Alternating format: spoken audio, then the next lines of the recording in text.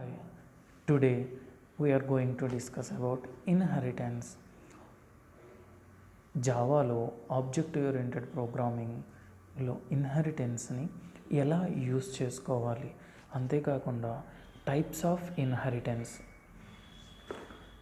ఏమేమి టైప్స్ ఉన్నాయి, so when and how to use this inheritance concept in Java. Inheritance కాన్సెప్ట్ని జావాలో ఎప్పుడు యూజ్ చేసుకుంటాము, దానివల్ల యూజ్ ఏంటి. So now inheritance in Java. What is inheritance? Inheritance is a mechanism in which one class acquires the property of another class. For example, a child inherits his or her parents. With inheritance, we can reuse the fields and methods of the existing classes. Hence, inheritance facilitates reusability and is an important concept of OOPS. Inheritance concept ఏంటంటే, parent యొక్క child can easily access parents property. అది ఎలాగంటే, ఇప్పుడు father యొక్క ప్రాపర్టీని son use చేసుకోగలడు by using extension method. అలాగే inheritance కాన్సెప్ట్లో కూడా పేరెంట్ క్లాస్ యొక్క వేరియబుల్స్ని కానీ మెథడ్స్ని కానీ చైల్డ్ క్లాస్ అనేది యూజ్ చేసుకోగలదు. They are various types of inheritance in Java. జావాలో 5 టైప్స్ ఆఫ్ ఇన్హెరిటెన్స్ ఉన్నవి. అవి ఏంటంటే single inheritance, multiple inheritance, multi level inheritance, hierarchical inheritance and hybrid inheritance. ఇవి 5 టైప్స్. సో వీటి గురించి ఒక్కొక్క దాని గురించి తెలుసుకుందాం. అంటే ఇక్కడ single inheritance, multi level inheritance and hierarchical inheritance Java concept అనేది సపోర్ట్ చేస్తుంది.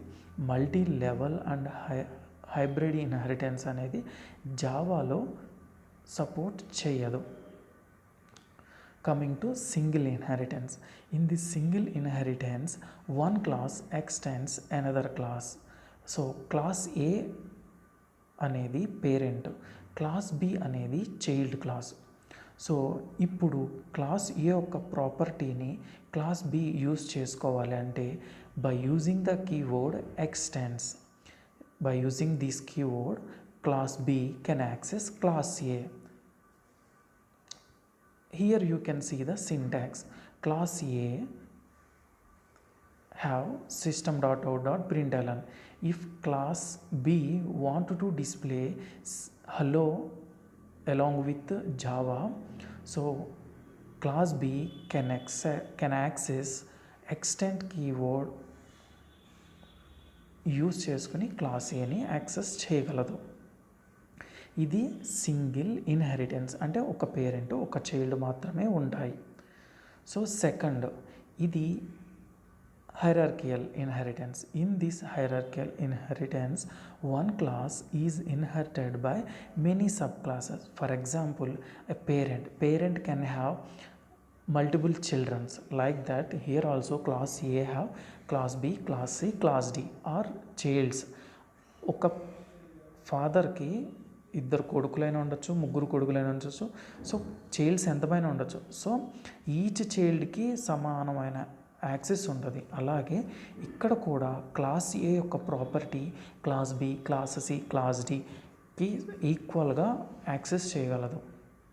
దీన్ని ఎలా యాక్సెస్ చేయగలం అనేది ఇక్కడ సింటాక్స్లో చూడండి. ఇక్కడ ఇది మల్టీ లెవెల్ ఇన్హెరిటెన్స్. ఇక్కడ class A system.out. Class B and class C.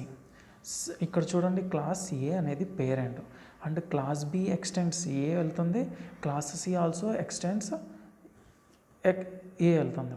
So each childs can access parent యొక్క ప్రాపర్టీని ఈక్వల్గా యూజ్ చేసుకోగలరు. సో మల్టీ లెవెల్ ఇన్హెరిటెన్స్ ఇక్కడ ఏంటంటే పేరెంట్ ఇక్కడ ఎవరంటే క్లాస్ ఏ అనేది ఏంటంటే గ్రాండ్ ఫాదర్, క్లాస్ బి అనేది పేరెంట్, క్లాస్ సి అనేది చైల్డ్. అంటే క్లాస్ ఏ యొక్క child class B, class B యొక్క child class C. So class B can access class A, class C can access class B by using extension keyword.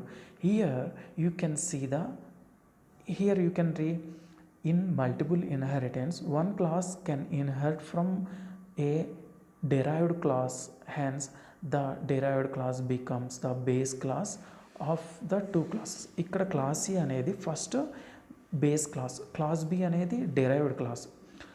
తర్వాత ఇప్పుడు class బికి marriage అయ్యి పిల్లలు పుట్టినప్పుడు క్లాస్ బి అనేది base అవుతుంది, క్లాస్ సి అనేది డెరైవ్డ్ అవుతుంది. So here you can see the syntax of multiple inheritance. ఇక్కడ class A system dot out dot, class B extends class A, system dot out dot println, class C extends class B, class C not able to access class A because it is subchild of class A.